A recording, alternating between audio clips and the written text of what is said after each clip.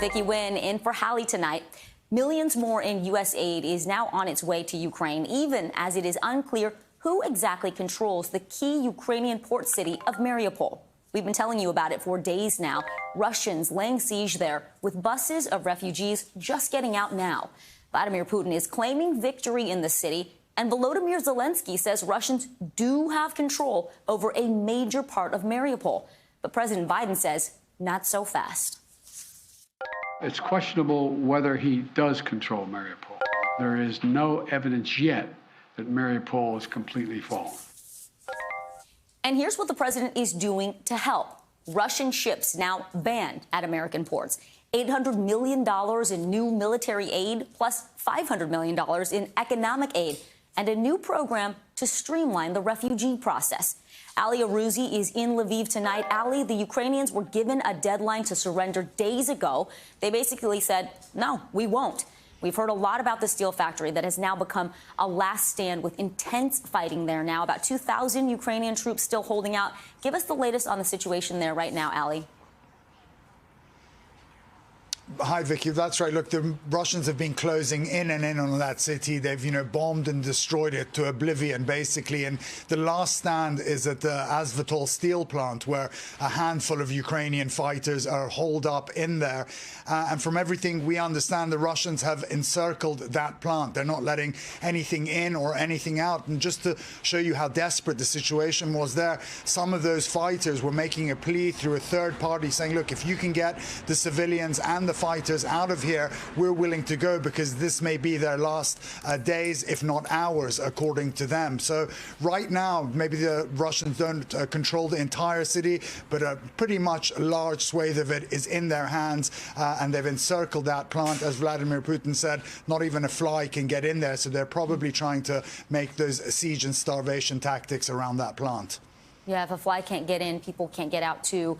Ali, in the Donbass region, the governor of Luhansk is saying there are no food warehouses left, and 80% of the region has been captured by Russia. What's happening for the Ukrainian citizens there who have no food, and do they have a way to get out? Again, it's a very desperate situation in the east. I actually spoke to the governor of Luhansk a couple of days ago, and he was saying that, the Russians are targeting civilians. They're making it very hard for them to get out. You'll, of course, remember the Kramatorsk railway station that got bombed a couple of weeks ago. The Russians are now attacking that city, and that is a vital way out of the east for those besieged residents to get out. So then that, again, is becoming a very difficult situation for citizens trying to get out of the east of the country, many of them having to get into their own cars and drive out on their own steam. Ali, let's turn to this refugee program that President Biden has announced. He's planning to streamline the process to welcome up to 100,000 people who are running from the violence. Do we have a sense of how many Ukrainians are trying to come here to the U.S. versus those who are staying closer in Europe? Well, I was actually speaking to a couple of our Ukrainian producers here to get a gauge of that, and they said probably more than 100,000 would want to go to the U.S., but that they wouldn't want to stay there permanently. These are very proud people. They want to come back to their homes. They want to get back to their lives. They want to see if their homes are standing. So it would be a temporary respite for them from this war. And of course, Europe is much easier for them. They have connections. They have circles of support in Poland. It's just across the border. The U.S. is a long way away for them, but it's still an opening that they would more than happily take in these very desperate times. Well, it's good to see that they're being welcomed. Ali Arouzi, thank you so much for your reporting.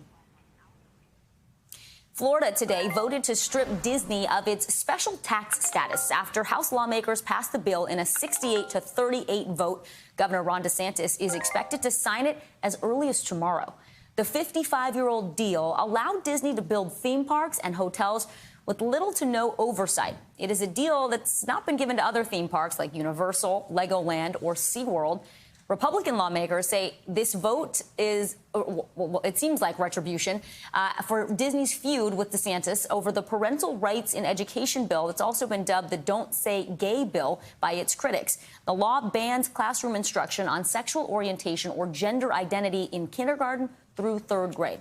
Now, Maura Barrett has been following this all along. She's in Florida's capital in Tallahassee, where it wasn't just the weather that got heated today. Maura, we heard a little bit about it there, but this really did not go over well with some folks who think this is political, that it's unfair, and that basically it is retaliation against one of the area's biggest employers and sources of tax revenue. So what are the people who actually live there saying about this new bill?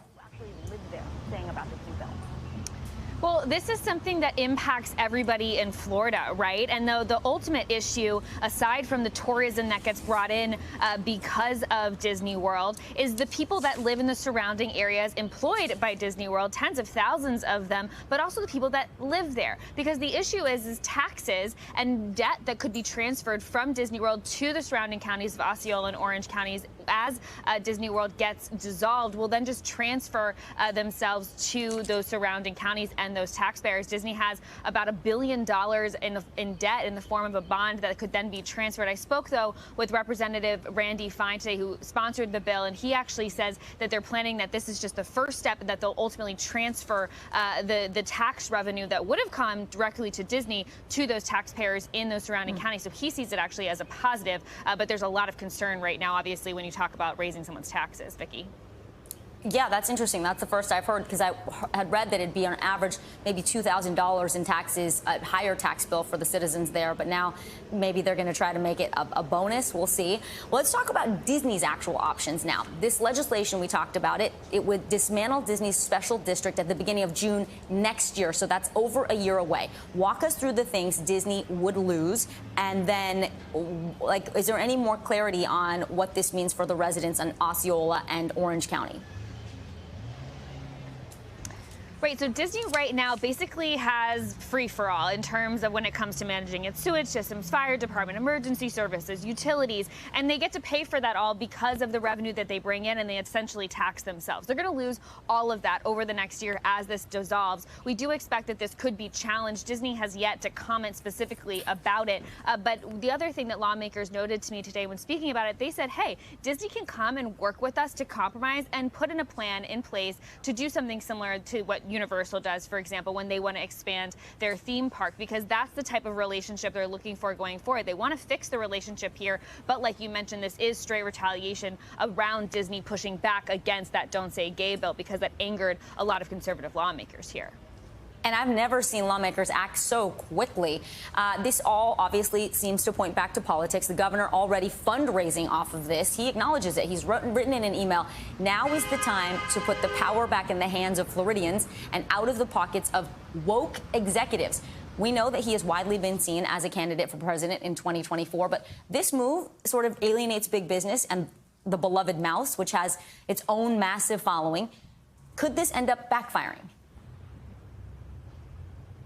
That remains to be seen, right? It's still early to tell, still early to figure out whether this is going to affect those taxes of those surrounding counties. But what I will say is it follows a trend that we've seen in other states as companies make social political stances. In Georgia, politicians pushed back after Delta spoke out against the restrictive voting law last year. The same thing in Texas when Citigroup said that they would allow and pay for their employees to travel out of state after Texas banned abortions after 6 weeks. And so it is a trend that we're seeing, but we haven't seen how it impacts politicians when voters go to vote. Vicky?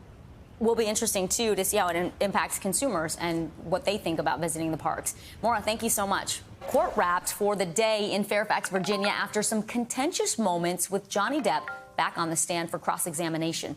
The defense going through profanity-filled text messages Depp exchanged with his friends, highlighting his history of substance abuse and threats toward his ex-wife, Amber Heard. They were trying to paint him as an angry person. You've trashed hotel rooms before simply because you've had a bad couple days and an unpleasant time, correct? I have assaulted a couch or two, yes, sir. You'd agree that at times in your life you've expressed yourself through destructive behavior? Yes. Depp's spokesperson saying in part today that Depp is a victim himself of abuse and that, quote, colorful texts, which Johnny has already apologized for, do not equate to physical actions. Depp is suing Heard for $50 million over a 2018 op-ed she wrote in the Washington Post, where she said she was a survivor of domestic abuse. Depp claims the article ruined his reputation, even though he was not mentioned specifically by name. Heard is countersuing him for $100 million. Joining me now is Steve Patterson. Steve, the defense really went after Depp's substance abuse history. They asked him about his special box with the letters JD and was it his container for cocaine. Now, Depp has already said he experimented with all sorts of drugs by the time he was 15 years old. So what do you think the jury thought of this cross-examination today? Is it going to leave a mark? Vicky, to be a fly on the wall in that jury room after what the jury heard today and what the jury saw today, evidence of those text messages, which went from, drug abuse to violence to grotesquerie, pictures of Johnny Depp allegedly on drugs, audio recordings of Johnny Depp in a rage, video recordings of Johnny Depp allegedly taken by Amber Heard. Either at this point, I believe it's binary, right? Either at this point, you're thinking that this is revealing and you're showing the grotesque of a man that actually could strike a woman, or you're thinking that all of this is badgering to the point of unnecessariness.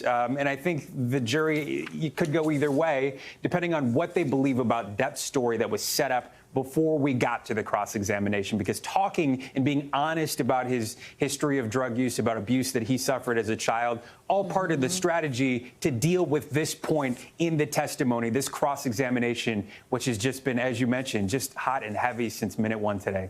Vicky? Yes, Steve, that leads me to my next question, talking about the strategy. I watched a lot of the testimony today. Sometimes it was repetitive. Other times, as you said, graphic. Some of the text obviously did not paint a flattering picture of Depp and his substance abuse or how he spoke of Heard in various text exchanges. And at times, he appeared to get really irritated with the defense attorney. Do you think that's part of their strategy, to get under his skin, to try to reveal a different side of Johnny Depp to the jury that they may not have seen before? I mean, he is a public figure. Clearly.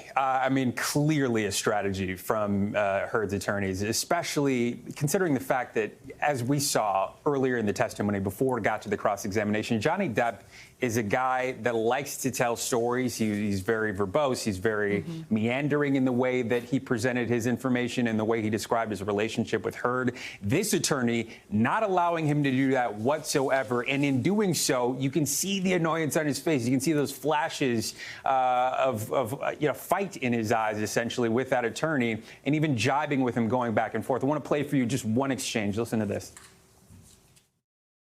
Mr. Depp, with respect, trying to respect the court's time and the jury's time, that was not my question. My question was simply, when you would take agree, 5 minutes to look for a you would document. agree. You can hear the contention there. Depp also cracking jokes and feeling frustrated. Certainly, I would think legal strategists or analysts would consider that not a good thing. You want to remain stoic when you're in court on trial, especially when you're the plaintiff, Vicky. And keep the answer short is what every attorney always says. This case, I want to turn to the fact that it is shedding light on how domestic violence affects men. The National Coalition Against Domestic Violence says 1 in 10 men experience sexual, physical violence or stalking by an intimate partner. We don't often hear from men about being abused, and Depp has talked not only about himself, but also about how his mother yelled at his father and at times was physical with him too, Steve. Yeah, part of Depp's strategy, and I think it's important to hear because we don't often hear about men being abused. Men certainly internalize that more than they verbalize that. But again, I think it's important to know it is part of the strategy, absolutely. His team knew that it would get to this stage in the cross-examination where you'd be hearing about Johnny Depp's drug use and seeing some of the results of that, according to Heard's attorneys. And so they wanted to establish that a history of violence, as Depp claims, with his mother and his father, being physically abused, being mentally abused, and that has led to his behavior, although his attorneys say that behavior does not include physical violence on his own terms. Whether or not the jury believes that, we're going to find out in a few weeks. Vicky? All right, and they take a break for tomorrow on Fridays. All right, Steve Patterson, we appreciate it. Thank you so much. Thank you. We turn now to some breaking news out of Kentucky. A federal judge is blocking a restrictive new anti-abortion law that completely shut down the procedure in the state. The challenge is supported by the state's 2 abortion providers. Now, the law does not include an exemption for rape or incest. It also puts restrictions on girls under 18 seeking abortions, and it requires the state to monitor those who provide FDA-approved abortion medication through the mail. Kentucky's Democratic Governor Andy Beshear had vetoed the bill, but he was overruled by the Republican-controlled House. He says the law is unconstitutional. So we're going to bring in Cynthia Alksney to help us break this all down. Cynthia, thanks for joining us. Explain the law for us. Is it fair to say it is one of those trigger laws that is designed to work its way up to the Supreme Court as a challenge, perhaps, to Roe v. Wade? It's really a law that's designed to mirror the case that's already in front of the Supreme Court out of Mississippi. And what's different about these cases this year is these are laws that are written on purpose to challenge Planned Parenthood v. Casey and Roe v. Wade. The people who write these laws know that they violate those court precedents, and what they're trying to do is get it completely overturned because they have a different Supreme Court, and they think with Kavanaugh and Barrett that they can get Roe v. Wade overturned, and they very well likely will. How long do you think this will take, Cynthia, to work its way through the courts? And in the meantime, what does this mean for women in Kentucky? Well, it's all bad news. I mean, I think we need to face the fact as women that we're about not to have a right to control our own bodies after a bare minimum of 15 weeks. And that's what's going to happen, because I predict the Supreme Court will overturn Roe v. Wade. They will alter it in such a way that it's unrecognizable, and they will uphold the Mississippi law, which is the 15 weeks, no abortions after 15 weeks, which is the exact same as this law. This law mirrors the Mississippi law. So that's what we're faced with. In this particular case, the judge is going to have a hearing within the next 2 weeks, and so we'll see what she does then. But the Supreme Court should be ruling in June or July, and we'll have some finality about the demise of our rights by then. Well, we see what's happened in Oklahoma. These laws affect the nearby states as well as women go to those states to seek abortion procedures. Cynthia Alksney, we appreciate it. Thank you. New signs tonight that the Justice Department's investigation into efforts to overturn the 2020 election could be picking up momentum. Alex Jones is considered a high-profile witness in the investigation. You know him. He's the guy who hosts InfoWars. That is a conspiracy-driven talk show. Through his lawyer, Jones tells NBC News that he maintains his innocence, but he's willing to talk about his role in the January 6th attack on the Capitol if he gets immunity. The New York Times broke the story that Jones is looking for a deal before he speaks out. Jones used his InfoWars program to repeatedly question the 2020 election results, claims that are totally false. He got people riled up on January 6th, too. He was there with a bullhorn. He helped lead a crowd of Trump supporters to the Capitol. Hallie Vitale joins me now to break down what all is happening here. Hey, Hallie, what do you think the Justice Department is specifically looking for in questioning Jones? And do you think there's a world where the Justice Department would agree to give him immunity in exchange for this testimony? Look, that's really the open question here, but I think that you lay out exactly why they want to talk to someone like Alex Jones and why it seems like this DOJ investigation is heating up. When you see people who you often talk about in the same breath as Alex Jones, people like Ali Alexander, who played parts in fomenting that big lie, but also planning the rallies that led to what happened here on January 6th. In Jones's case, as you mentioned, leading people here with a bullhorn. That's exactly why he's a key target in this investigation. It's unclear whether or not they'll give him immunity. We do know that in the way that this DOJ investigation is separate, but in some ways intersects and overlaps with the conversations that the House Committee to investigate January 6th are having. Jones has similarly pled the fifth in those conversations when he's been in front of the committee. So it is a moment to look at the ways that these two separate investigations actually overlap. And in the case of Jones, again, he's saying he didn't do anything wrong, but he'd cooperate if he had immunity. You do sort of have to wonder, if you didn't do anything wrong, why do you need immunity? And that's one of the open questions here as well. That's a good question. And so much of what he said was public. I'm curious what they would want to know that he said or did privately. Let me ask you about this. His lawyer gave NBC News a statement. He says Mr. Jones does not trust the federal government, especially in the wake of disclosures made in the Whitmer trial about entrapment. Now, he's referencing the trial of the four men who were accused of trying to kidnap Michigan Governor Gretchen Whitmer. Two were acquitted, mistrials for the other two. Why is he even bringing that up? Yeah, look, it's also part of like trying to muddy the waters here a little bit, bringing in this case, which is frankly separate and apart and doesn't have anything to do with what's happening with Alex Jones. The argument in the Whitmer case, of course, was that the government basically spurred these men to commit the crime of planning to kidnap the governor of Michigan. It was a controversial ruling, the way that it actually shook out with those 4 men. Here, though, I don't know how anyone could argue that the government got Alex Jones to lead people to the ellipse on January 6th. That's just one of the ways that this team seems to be trying to muddy the waters here, even though the two things really have nothing to do with each other. It seems that way. Ali Vitali, thank you. You got it.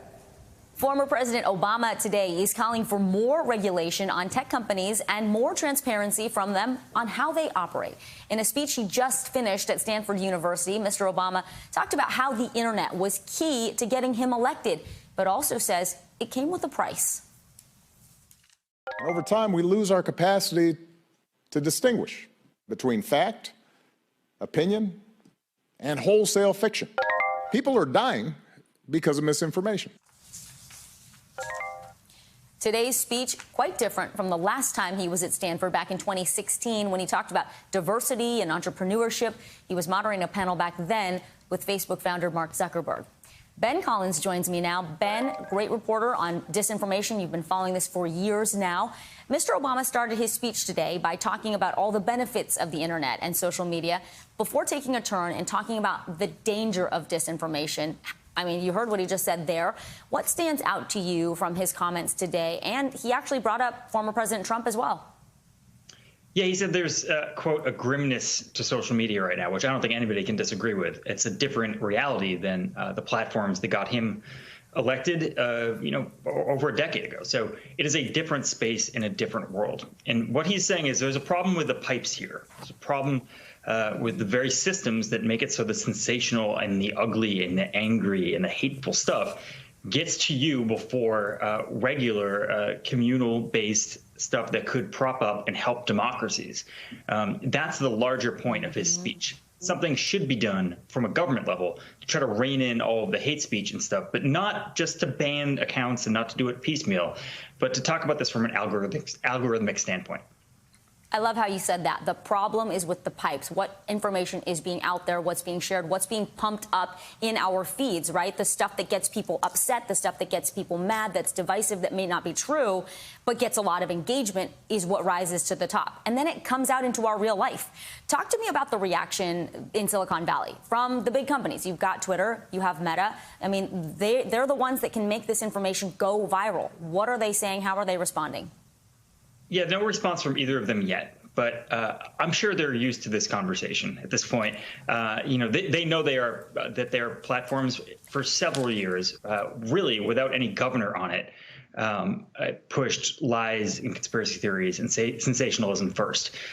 They have since taken some steps to rein that in. It's become a political issue because one side believes that they are benefiting from that more than the other.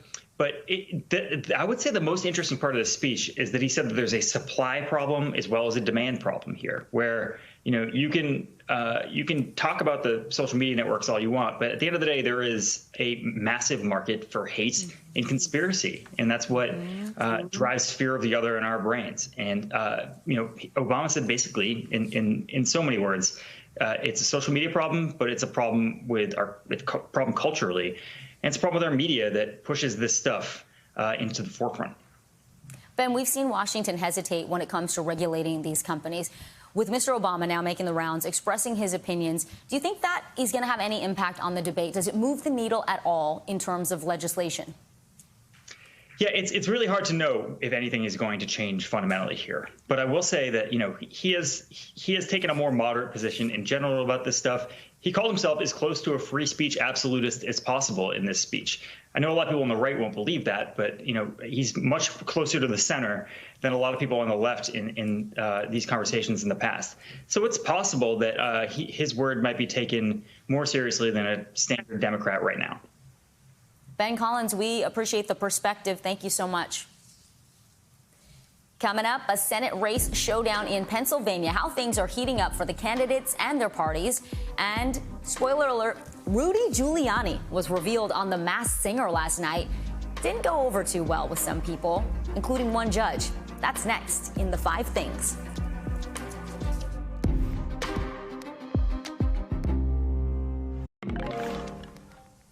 The battle for the open Pennsylvania Senate seat is heating up, with the primaries for both parties less than a month away. Tonight, a Democratic debate between Lieutenant Governor John Fetterman and Congressman Connor Lamb. Their primary race filled with attack ads and scrutiny surrounding a racial incident from 2013 that Fetterman was involved in. A recent poll has Fetterman leading with 41%, Lamb at 17%, 26% of voters still undecided. And the Republican primary is just as divided. Leading candidates include David McCormick, who has tried to cast himself as the Trump candidate. He was recently endorsed by former Secretary of State Mike Pompeo. And then there's TV personality Dr. Mehmet Oz, who is actually the Trump candidate. He just picked up the former president's endorsement. Joining me now is Mark Murray. Mark, let's start with the Republicans. How much is the Trump factor going to play into voters' decisions there in Pennsylvania? Yeah, it's certainly going to help Mehmet Oz. The question is whether it's going to be decisive or not. Before the Trump endorsement, or mostly before, there was a Franklin and Marshall poll that came out showing it a really close race, with Oz at 16% among registered Republican primary voters and McCormick at 15%. And then notably, as you end up seeing, 43% undecided. The expectation is that the Trump endorsement is going to help Mehmet Oz, but David McCormick also has roots in the state. He has tons of money that he's going to be airing. And the race, I think, for a lot of analysts is still very competitive, despite Oz seeming to have just the slight edge due to the Trump endorsement. Yeah, a lot of voters still up for grabs. How is the McCormick camp feeling? They got the Pompeo endorsement that former President Trump went with Dr. Oz, and now there's talk that Dr. Oz's campaign funds may be enough to keep up with McCormick and help him promote that Trump endorsement. Yeah, the McCormick side definitely is going to have enough money at their disposal, and so will Oz. But it is notable that McCormick and his super PAC have been outspending Oz and his super PAC. And so money is still going to keep McCormick in the race. Another advantage that McCormick might be able to have to defeat Oz is just geography, where McCormick comes from the western part of Pennsylvania. Oz has residency in the eastern part near Philadelphia and its suburbs, as do the other Republicans who are vying for this Senate seat. And so if McCormick is somehow able to dominate the western part of the state, maybe that gives him a shot. Now, let's turn to the Democrats. This is the first time Democratic candidates have been on stage together for a debate. A lot of attacks on Fetterman with his focus on that racial incident back in 2013. What happened back then? And do you think voters care? Because he's ahead by a lot right now. 26% of voters are still undecided, but he's got a sizable lead. I expect this to be the fireworks and the serious part of tonight's debate. And this all revolves around in 2013 when Fetterman was mayor of tiny Braddock, Pennsylvania, which is right outside of Pittsburgh. According to Fetterman, he ended up hearing gunshots, took out his gun, and ended up pointing it in the direction of an African-American man who was an unarmed jogger at the time. And this happened in 2013, well before George Floyd incident and a lot of the nation and the Democratic Party's reckoning on race. And there is the concern that if this gets litigated in the general election and not during the Democratic primary season, that Republicans could use this in TV ads to really to keep down and to dissuade African Americans from voting for Fetterman. But it'll be interesting to see how Fetterman responds to this. In the past, he just said he was defending his family and he did nothing wrong. All right, Mark Murray, Pennsylvania, a very important state, that Senate seat. Thank you. Let's get you over to the 5 things our team thinks you should know about tonight. Number 1, 13 sexual assault victims of Larry Nassar want $10 million each from the FBI. The group claims the agency mishandled the investigation, and that led to more abuse by the sports doctor. The FBI's director has apologized for delays in Nassar's prosecution. Number 2, CNN Plus is shutting down. The streaming service is being taken offline less than 1 month after launching. The platform was bringing in less than 10,000 daily viewers during its first 2 weeks. Customers who signed up for the service will get refunds. Number 3, big tennis names are speaking out against Wimbledon's decision to ban Russian and Belarusian players over the war in Ukraine. Novak Djokovic is calling it crazy, while Martina Navratilova says the decision is short-sighted. The All England club says it would reconsider if the situation in Ukraine changes.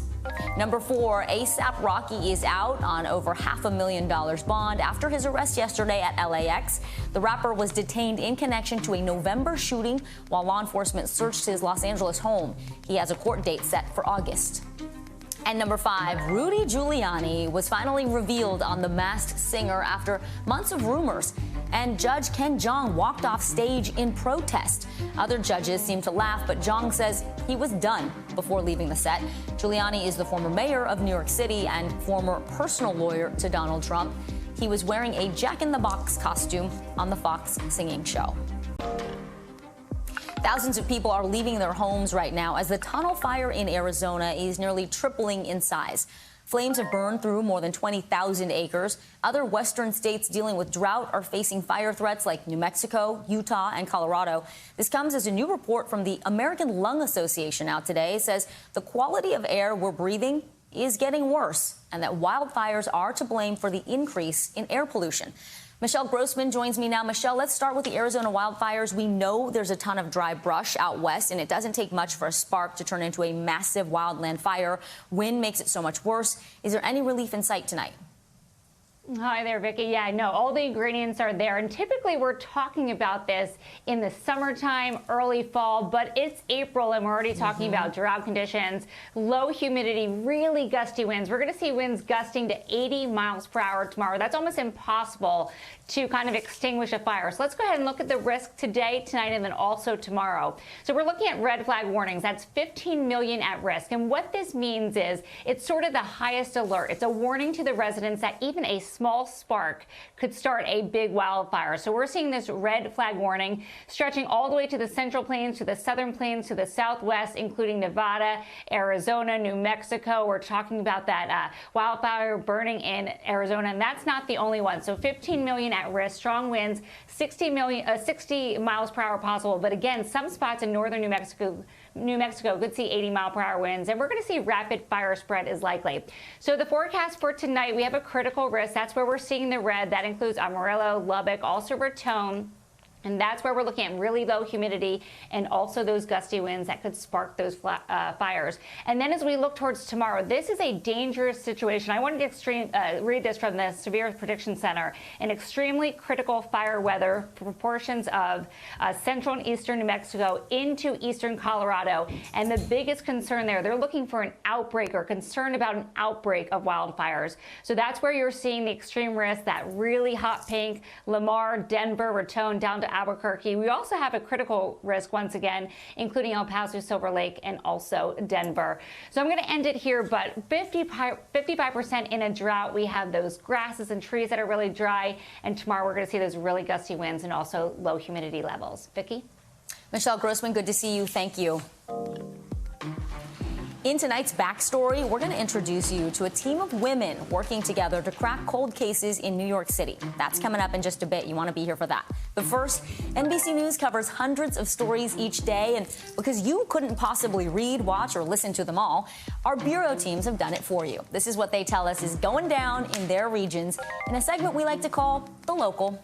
From our West Coast Bureau, the LAPD is on the lookout for 3 armed men who robbed an Airbnb. The thieves apparently got away with an estimated $75,000 in cash, jewelry, and electronics. It is the latest in a string of crimes that officials are now calling follow-home robberies. From our Washington Bureau, Capitol Police defending their decision to evacuate lawmakers from the Capitol last night after a pre-game show at Nationals Park caused a brief panic. The event was pre-planned, but apparently the FAA never told officials who thought it was a terror threat. House Speaker Nancy Pelosi says Congress is going to review what happened. And from our Northeast Bureau, police in Philadelphia are cracking down on stolen shopping carts. One official says it's a quality of life issue because the carts are being left on streets, they're rolling into traffic. Shopping cart theft actually costs the country, get this, $800 million a year. A cart once ran into our new car, put a dent in it, but that's neither here nor there. While a lot of the country may be coming down from the high of 420, it looks like it's just getting started in New Jersey. Legal cannabis sales starting there today. New Jersey is one of 18 states that has legalized the use of both medical and recreational marijuana.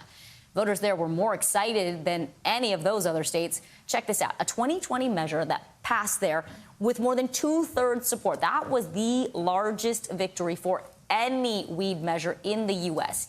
It's so popular, the agency overseeing sales worries the state might run out of supply. That is because just 13 locations are open today, and you see the lines already there stretching down the block. There are questions, though, about whether the state will live up to its promise that the industry will be diverse, fair, and equitable. Antonia Hilton is in Maplewood, New Jersey tonight at one of the dispensaries. Hey, Antonia, let's start there. A big to-do was made about diversity and communities of color being unfairly punished over the years for non-violent drug possession crimes. But the 13 businesses that opened today, not one, none, is minority-owned. So if it was such a priority, why hasn't it happened, and what is now being done to address it? You're exactly right, Vicki. And look, this is a tough business to get into.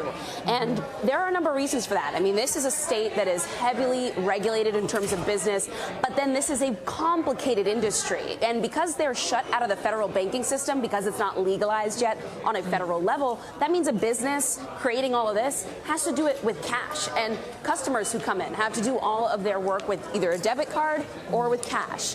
And that presents a lot of problems for any entrepreneur who doesn't have a lot of cash on hand. And that tends to disproportionately impact minorities trying to get into this game. And so money is a huge factor. Lack of access to the financing systems here is a huge factor. But then, as you mentioned, there's this history, right, that they're trying to address. Black and brown communities in New Jersey over-criminalized for use of marijuana. And now there's a desire among activists, organizers, businesses here to try to address that. Take a listen to some of my conversation with John Harmon. He is the CEO of the African American Chamber of Commerce, and he wants to address these issues with the Regulatory Commission head on. There was a big debt that we paid as a result. And so if this is going to be an economic opportunity with the hope of transforming lives and standing up communities, we should be able to participate at a level that's commensurate with our existence in this state. And that participation right now looks like about 37 out of 68 folks who've gotten conditional licenses awarded to them so that they can open shops like this one. They are diversely owned, so minority-led businesses. So while right now the 13 shops that are open are not owned by any minorities, they expect that soon, in the next couple of weeks and months, the industry is going to reshape itself around what New Jersey really looks like, Vicki. Antonia, you're there. It looks like it's buzzing. I've seen a lot of these fancy dispensaries. That one looks like a boutique. Can you kind of just take us around, tell us what stood out to you? What are you seeing? And were there any concerns about inventory running low today? Well, in terms of inventory, absolutely, there were concerns because people got in line at 6:45 a.m., even though this place didn't open until 9. And you have to remember there are patients who depend on their medicinal cannabis, in addition to now all these new consumers who are coming in just to get it because now it's available. And frankly, a lot of them are here and they're just excited to be some of the first to buy products like this. I mean, they have pre-rolls, there are gummies, lozenges, there's all kinds of like unbelievable strains that I haven't seen ever before in my life. And people have been spending time here, honestly, just like window shopping. And I think enjoying the immersive experience and an unstigmatized experience, because that's sort of part of the story as well, right? That it's not that this is some folks' first time ever smoking or interacting with this plant, but that there's been a stigma, and they see spaces like this one as not just an economic driver, but a cultural shifter. And so that's part of the excitement that I think has led so many New Jerseyans to be at this spot and all the others that our team has seen footage of today. And I think that it's also led to a lot of excitement around the community because other businesses nearby are expected to benefit from all of that, Vicki. Learned a lot there, Antonia. Thank you for that immersive report. We appreciate it. Now, after the break, a behind-the-scenes look at the team of women working to crack cold cases in New York City. Stephanie Goss sat down with them, and she has the backstory next.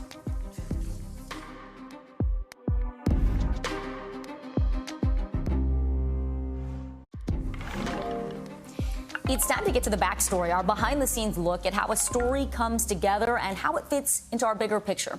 Every year, there are more than 600,000 people of all ages who go missing across this country.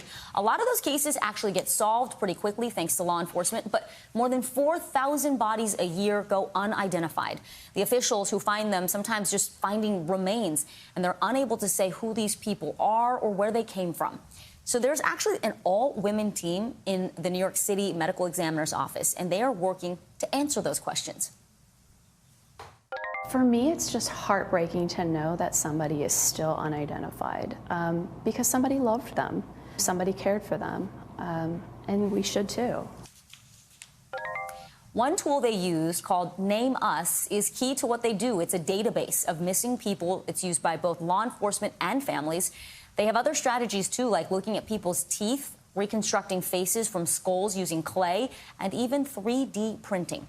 Stephanie Goss joins me now. Stephanie, this is so interesting because most of the cases this team investigates, they're people with known identities, but there's this whole other layer of unknown people. How did you learn about this, Steph, and why did you say, we have to tell this story?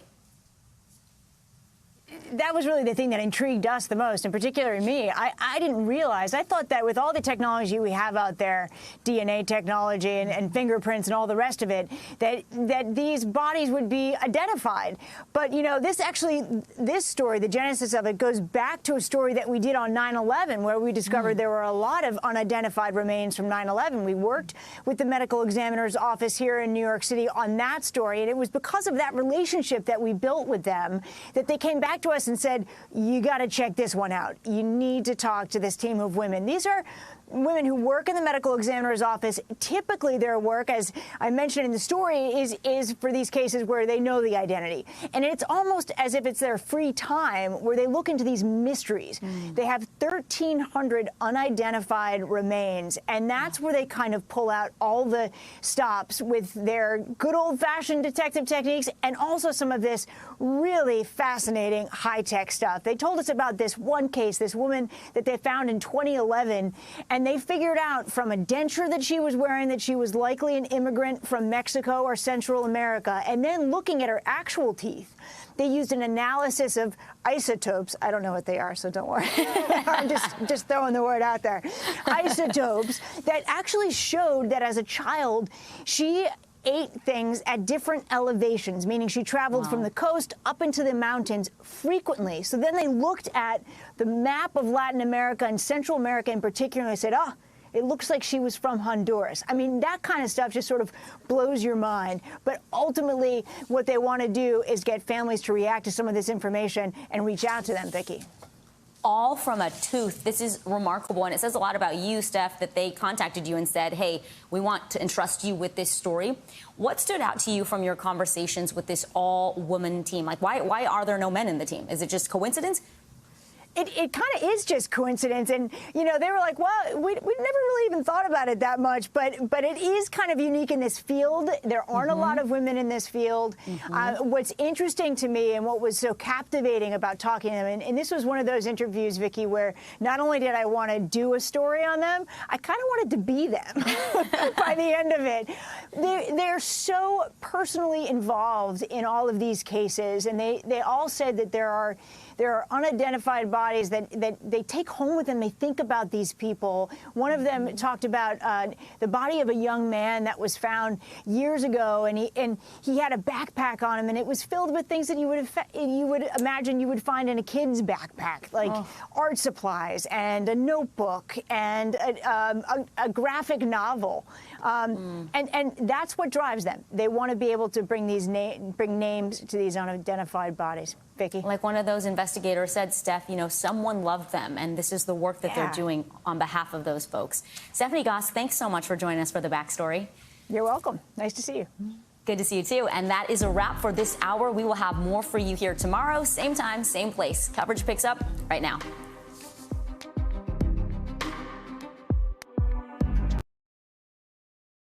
Thanks for watching our YouTube channel. Follow today's top stories and breaking news by downloading the NBC News app.